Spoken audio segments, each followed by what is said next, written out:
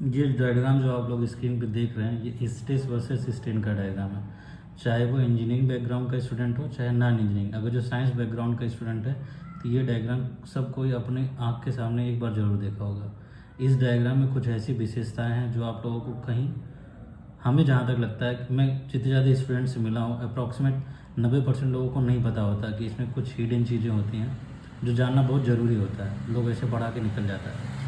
जैसे ए पॉइंट जो होता है ये प्रोपोर्शनल लिमिट होता है, बी पॉइंट इलास्टिक लिमिट होता है, सी पॉइंट अपर हिल पॉइंट होता है, जो डी पॉइंट लोअर हिल पॉइंट होता है, और डी से ई का जो जोन होता है ये बताया नहीं जाता। लोग जो पढ़ाते भी हैं वो भी ऐसे करके निकल जाते हैं कि ई से डी तक क्या हो रहा है, फ्लक्चुएशन स्ट्रेस क्यों मिल रही है, पता नहीं है। बच्चा भी रट लेता है कि ई से डी तक क्या है, पता नहीं।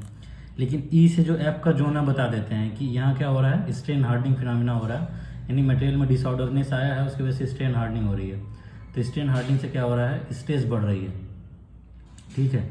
इसके बाद नेकिंग फॉर्मेशन होता है, फिर ब्रेक हो जाता है।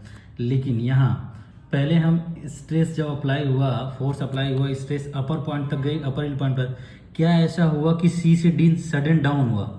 दुनिया में कोई और मटेरियल माइल्ड स्टील के सिवा है कोई और मटेरियल देखोगे उसमें अपर हिल और लोअर हिल नहीं मिलता है। रेयरेस्ट कोई मटेरियल नहीं मिलता होगा, जैसे कापर का देख लो और आयरन का देख लो, आयरन का नहीं, कापर का देख लो, एल्युमिनियम का देख लो, इन सब में अपर और लोअर हिल पॉइंट नहीं मिलता। लेकिन इसमें क्यों मिलता है ये ध्यान दियो। इसमें क्या होता है कि सी और डी के बीच जो ये अपर हिल पॉइंट है लोअर हिल पॉइंट में, इसमें कुछ बहुत अच्छा फिनोमिना जनरेट हो रहा होगा, कुछ ऐसा हो रहा होगा। इसको जानने के लिए हम यहाँ देखते हैं इसका बेसिक स्ट्रक्चर। इसका जो बेसिक स्ट्रक्चर होता है बीसीसी होता है, बॉडी सेंटर क्यूबिक क्रिस्टल होता है। जो बेसिक स्ट्रक्चर, बेसिक सेल होती है इसकी। बॉडी सेंटर मतलब इसके सेंटर में कार्बन बैठा होता है और एक कॉर्नर पे सब जगह आयरन बैठा होता है। तो क्या होता है, जब इस सेल में खिंचाव होगा, इस सेल के ऊपर एक और सेल होगी ऐसा करके, क्यूबिक क्रिस्टल एक और होगा ना, तो इसमें भी एक कार्बन बैठा होगा। जब स्ट्रेस में आएंगे तो ये दोनों जो क्यूब है ये दोनों खींचेगा, ये दोनों जो क्यूब खींचेगा तो ये और ये कार्बन में क्या होगा, रिपल्सन फोर्स जनरेट होगा। तो एक लिमिट के बाद जब अपर हिल पॉइंट आ जाता है तो इन दोनों का जो रिपल्सन फोर्स बहुत ज़्यादा हो जाता है, तो ये कार्बन दूसरे लेयर में जंप करता है। जैसे ही कार्बन दूसरे लेयर में जंप करेगा तो स्ट्रेस क्या होगी, सडन डाउन होगी। अब जंप करने के बाद क्या हो रहा है, कार्बन अपना पोजीशन खोजेगा, हमको बैठना कहाँ है। जितनी देर तक वो बैठ नहीं पाएगा, जब तक वो जोन खोजेगा तब फ्लक्चुएटिंग स्ट्रेस मिलेगी। इसको कॉर्टरल क्लाउडिंग जोन बोला जाता है। इसके बाद वो बैठ जाएगा तो एक डिसऑर्डरनेस क्रिएट कर दिया है। जैसे क्लास में कोई अननोन बच्चा घुस गया तो क्या करेगा, वो डिसऑर्डरनेस क्रिएट कर देगा ना क्लास में।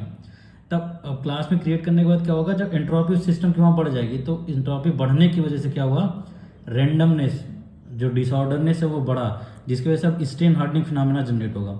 जब स्ट्रेन हार्डनिंग फिनोमिना जनरेट होगा तो स्ट्रेन हार्डनिंग में क्या होगा, स्ट्रेस बढ़ेगी। लेकिन एक लिमिट के बाद क्या होता है, जब बॉन्ड ब्रेक होने लगते हैं तो नेकिंग फॉर्मेशन शुरू होना है। शियर स्ट्रेस की वजह से नेक फॉर्मेशन शुरू होगा। इसके बाद क्या हो जाएगा, स्ट्रेट डाउन होकर ब्रेक हो जाएगा।